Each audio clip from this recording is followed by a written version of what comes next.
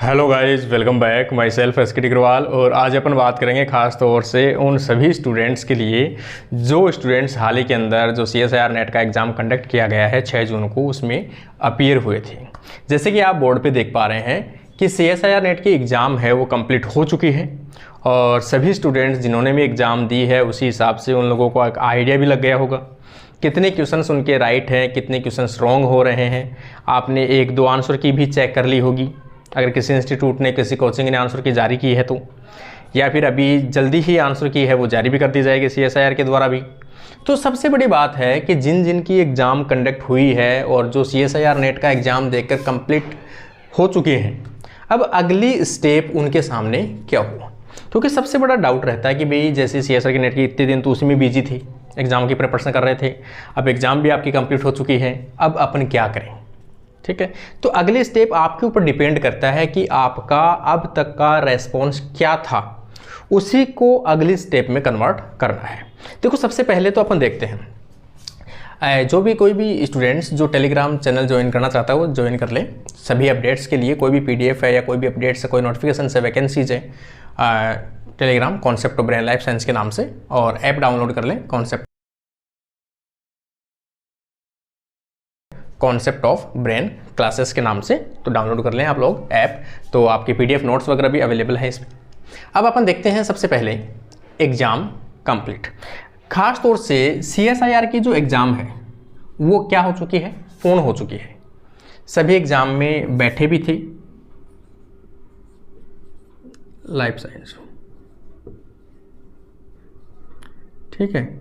आप चाहे किसी भी सब्जेक्ट से रहे होंगे, लाइक एज बॉटनी या जूलॉजी, ठीक है। इन दोनों में से कोई भी लाइफ साइंस के सब्जेक्ट से रहे होंगे आप, हो सकता है बायोटेक से हो, माइक्रोबायोलॉजी से हो, अदर से किसी भी हो, अपन कॉमन बात कर रहे हैं, ठीक है। अब आपको ये एनालिसिस करना है, क्या एनालिसिस करना है कि आपका जो पेपर था, आपका जो एग्ज़ाम था वो कैसा हुआ है, ठीक है ना।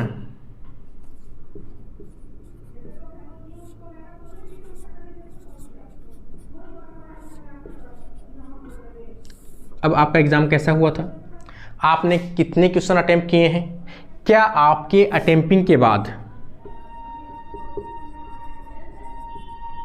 क्या आपके अटेम्प्टिंग के बाद आपके नेगेटिव कट कटा के, अगर आपके 110 से 120 मार्क्स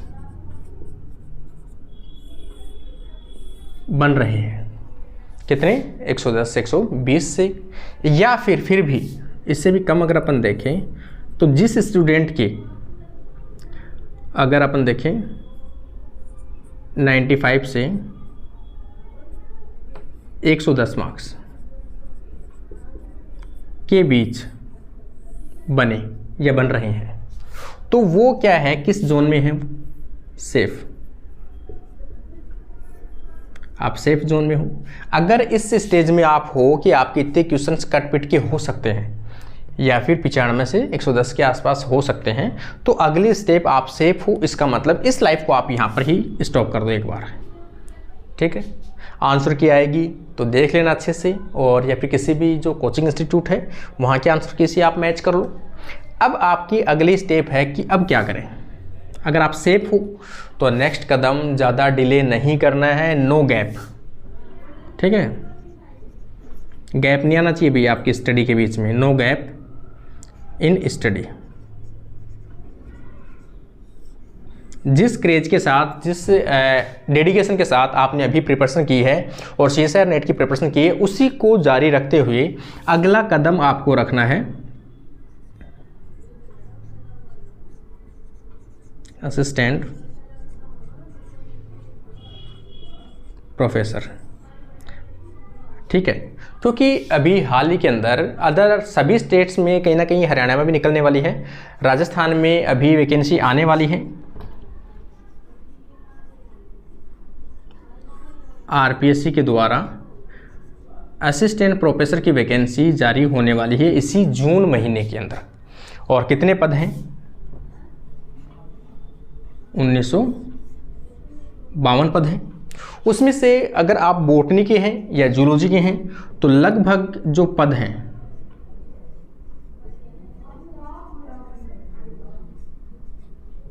70 के आसपास आपकी वैकेंसी रहेंगी, चाहे बॉटनी हो चाहे जूलॉजी हो, इतने के आसपास है। इसका मतलब अब आपको थोड़ा सा भी रेस्ट नहीं करना है, 2-4 दिन रेस्ट कर लो आप, कोई दिक्कत नहीं है। लेकिन अगला टारगेट आप अब इसको डायरेक्ट यहाँ से उठाकर इसके ऊपर फोकस कर लो, ठीक है। क्योंकि इसके ऊपर फोकस करने का मतलब है अगर आप इस जोन में सेफ हो तो कोई दिक्कत ही नहीं है, सेफ होते ही अगला टारगेट असिस्टेंट प्रोफेसर है। अगर ये चांस निकल गया फिर 5 साल बाद वैकेंसी आएगी, फिर 5 साल तक वेट करते रहोगे, फिर कभी किसी के फॉर्म भर रहे हो, किसी के फॉर्म भर रहे हो। इससे बेटर है कहीं आप इसी से निकलते हुए डायरेक्ट इसी स्टेप में आप एंटर करो और डायरेक्ट ही आप असिस्टेंट प्रोफेसर का जो सिलेबस है वो डाउनलोड करो।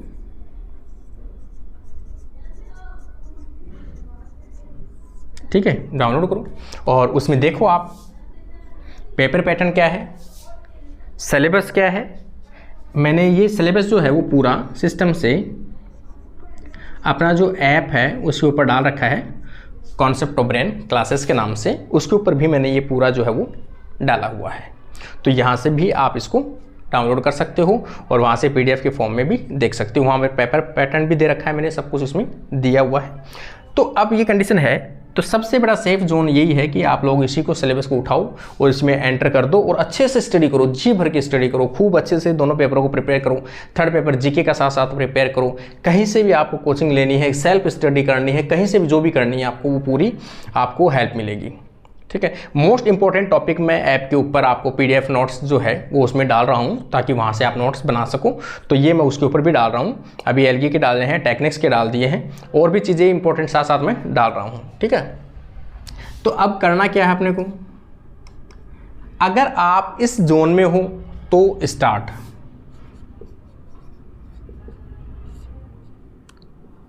असिस्टेंट प्रोफेसर की तैयारी, असिस्टेंट प्रोफेसर की तैयारी आपको स्टार्ट कर देनी है अभी से, ठीक है। नेक्स्ट स्टेप आई जाएगी ये। नेक्स्ट स्टेप जो है वो आपकी अब डिपेंड करेगी किसके ऊपर, क्या आप सेफ जोन में हो या अनसेफ, कौन से जोन में हो आप। सेफ जोन में हो AP का प्रिपरेशन करो। अगर नेट में आपको लगता है मतलब अगर आपको डाउट है, एनी डाउट,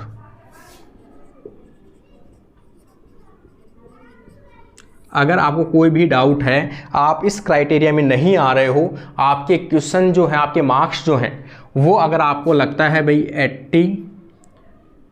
80 से 90 के बीच में बन रहे हैं, इससे भी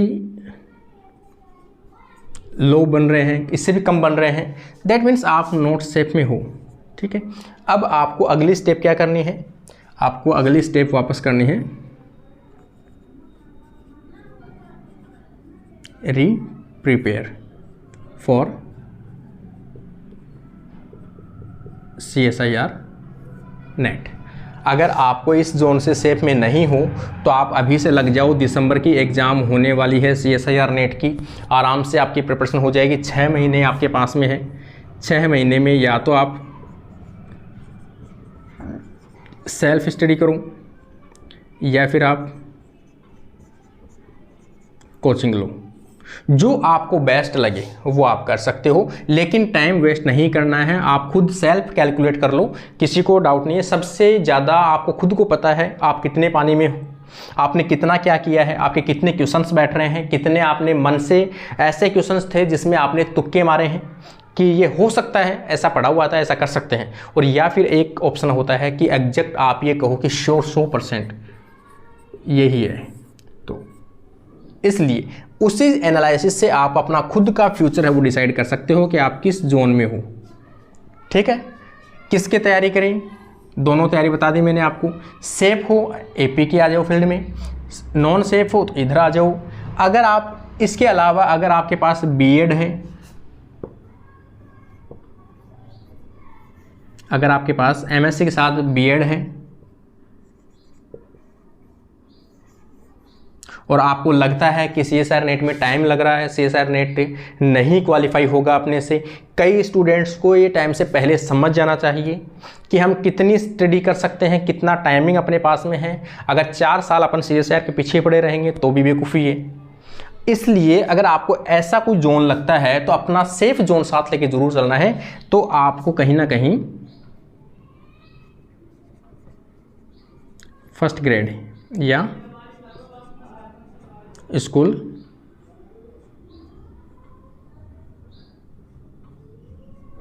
लेक्चरर की प्रिपरेशन कर लो, सबसे बेस्ट है। अगर आपके ऐसे कुछ कर रखा है आप लोगों ने तो आपने ट्राई कर लिया, आपका नॉलेज है, सीएसआईआर नेट की प्रिपरेशन करी है, आपने कोचिंग ली है, सेल्फ स्टडी की है, वो नॉलेज आपका यहाँ अप्लाई कर दो इसको और आप इस फील्ड में आ जाओ अब, तो आप फर्स्ट ग्रेड में भी जल्दी आप सक्सेस हो सकते हो। इसका प्रिपरेशन करने के लिए भी सेम वही चीज़ है, या तो सेल्फ स्टडी करो या कोचिंग लो। सेल्फ स्टडी अगर आपने आज तक जीके नहीं पढ़ा है तो सेल्फ स्टडी पार पड़ेगी नहीं, इसलिए आप छोटी सी कहीं भी ऑनलाइन कोचिंग ले लो, कोई ऐप की डाउनलोड करके, कोई भी काफ़ी ऐप है जहाँ पर जीके कोचिंग होती है, वहाँ से कर लो और फर्स्ट ग्रेड की स्टडी आप स्टार्ट करो। क्या पढ़ें, चीज़ें वही हैं, ठीक है। क्या पढ़ें वो आप पे डिपेंड करता है। अगर आप असिस्टेंट प्रोफेसर की तैयारी कर रहे हो, बॉटनी जूलॉजी, जो सिलेबस इन्होंने मेंशन किया है उसको आप फॉलो करो, ठीक है। कितने मार्क्स बन रहे हैं ये आपको डिपेंड करेगा। आपने जब भी आपका एनालिसिस करोगे, आप कहीं से आंसर की चेक करोगे या फिर आपने नेट से सर्च कर करके आपने आंसर की चेक की है, तो सेल्फ एनालिसिस करो आप सबसे पहले। अब नेट क्वालिफाई होगी या नहीं होगी वो आपके एनालिसिस से पता लग जाएगा। अगर नेट क्वालिफाई होगी तो आप एपी में एंटर करो, और नेट क्वालिफाई नहीं है तो ये ऑप्शन है, या फिर सीएसआईआर नेट में एंटर वापस करो, ठीक है। तो ये भी आपके पास ऑप्शंस हैं।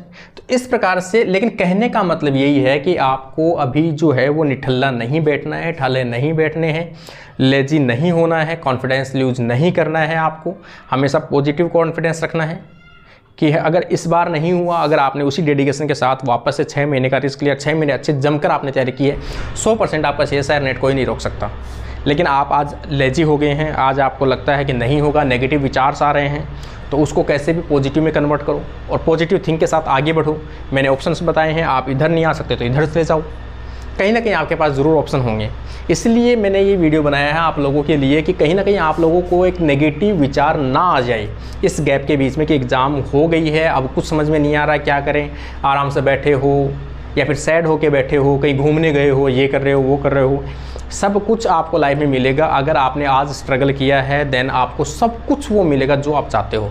लेकिन आज अगर आपने जो मज़े किए हैं वो सब कुछ भुगतना पड़ेगा जो आज आपको करना चाहिए था। सब कुछ धीरे धीरे, जो आज सीधी सी बात है, जैसा करेंगे वैसा सामने तो ज़रूर आएगा।